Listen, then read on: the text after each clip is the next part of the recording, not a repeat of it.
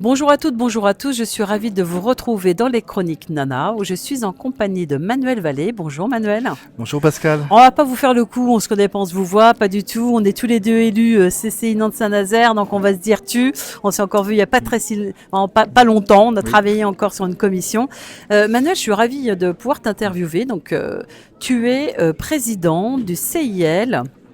Alors, on va expliquer à nos internautes qu'est-ce que c'est que le CIL et ce que fait ce CIL au sein de la MDE, de la Maison de l'Entreprise à Saint-Nazaire. Parce que nous sommes ici aujourd'hui sur un événement qui s'appelle le Forum de la création et de la reprise d'entreprise à La Baule-Escoublac.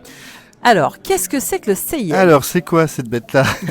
C'est une association qui a été créée en 1987, dans des années où l'économie était un peu complexe à Saint-Nazaire. Et donc, sur impulsion de la mairie de Saint-Nazaire, de la chambre de commerce d'industrie et des industriels, Total, Airbus et les chantiers, le CIL a été créé pour accompagner les créateurs d'entreprises. Très bien. Et donc, dans un second temps, nous avons eu ce magnifique projet de maison d'entreprise afin de regrouper tout l'écosystème, donc inauguré fin 2023.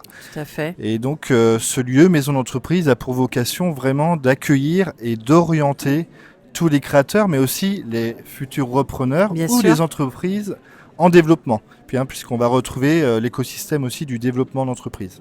Et donc important. Tout ça porté par effectivement la Carène et puis la Chambre de commerce d'industrie au niveau financier, puisque ce sont des équipes de la Chambre de commerce qui animent le lieu. D'accord. Alors, si on est un porteur de projet ou une porteuse de projet, on pousse la porte de la MDE, donc de la maison de l'entreprise, et alors là, on a accès à quoi ? Voilà. Notre job, ça va être d'abord d'écouter le porteur de projet et puis de l'orienter vers, par exemple, un futur artisan. On pourra l'envoyer directement à la Chambre des métiers dans le parcours d'accompagnement, où on aura aussi des permanences d'experts comptables pour effectivement voir la faisabilité prévisionnelle. On pourra l'orienter vers la chambre de commerce pour le guider sur si c'est dans le cadre du développement de l'entreprise sur un accélérateur TPE par exemple. Donc, très bien.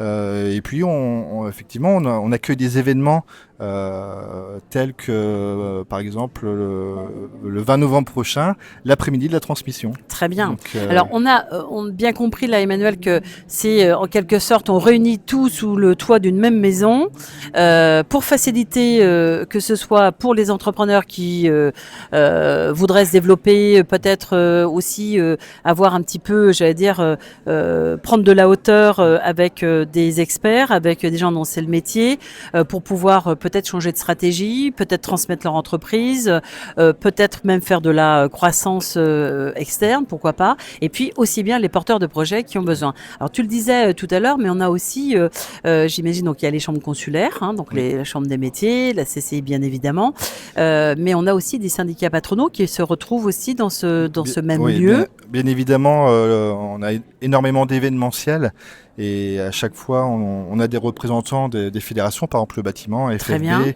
ou l'UMIH, tout à fait, CPME, la CPME, le MEDEF, bien sûr.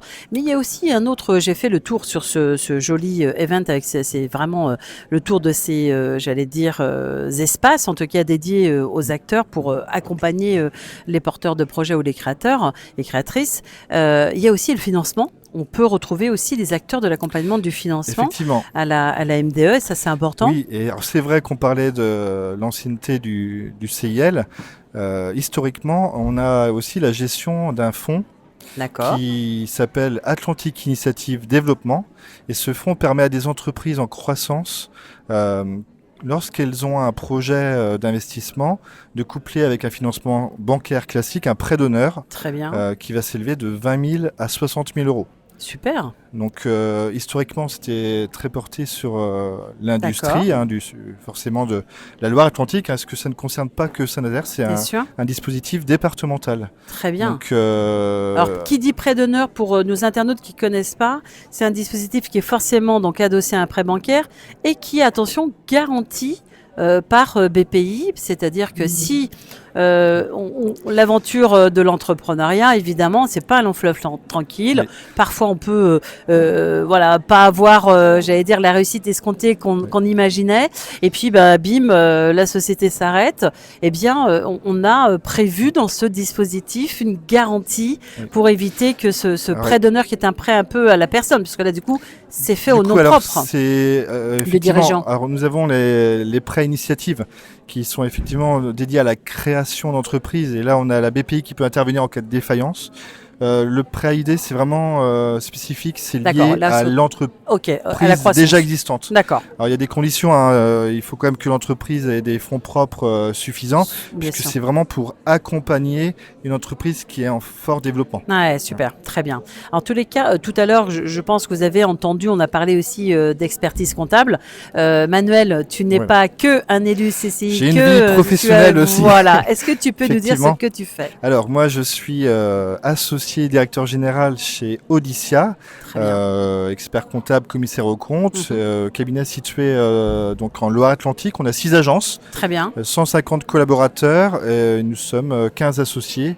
Et donc, j'ai en charge plusieurs secteurs de la Loire-Atlantique. Très bien. Alors, on le redit aussi parce que sur la maison de l'entreprise, comme à la MET, la maison de l'entrepreneuriat et des transitions que l'on retrouve à Saint-Herblain, à côté de Nantes, on a bien sûr aussi ces heures dédiées gracieusement mises à disposition des experts comptables comme toi, mais j'ai vu aussi nos amis les avocates qui sont aussi là et qui au sein de ces structures se mettent à disposition des demi-journées pour les porteurs de projets, et c'est zéro patate, c'est-à-dire que c'est offert. On a 1 heure en gros par porteur, c'est vraiment essentiel puisque on arrive avec un projet.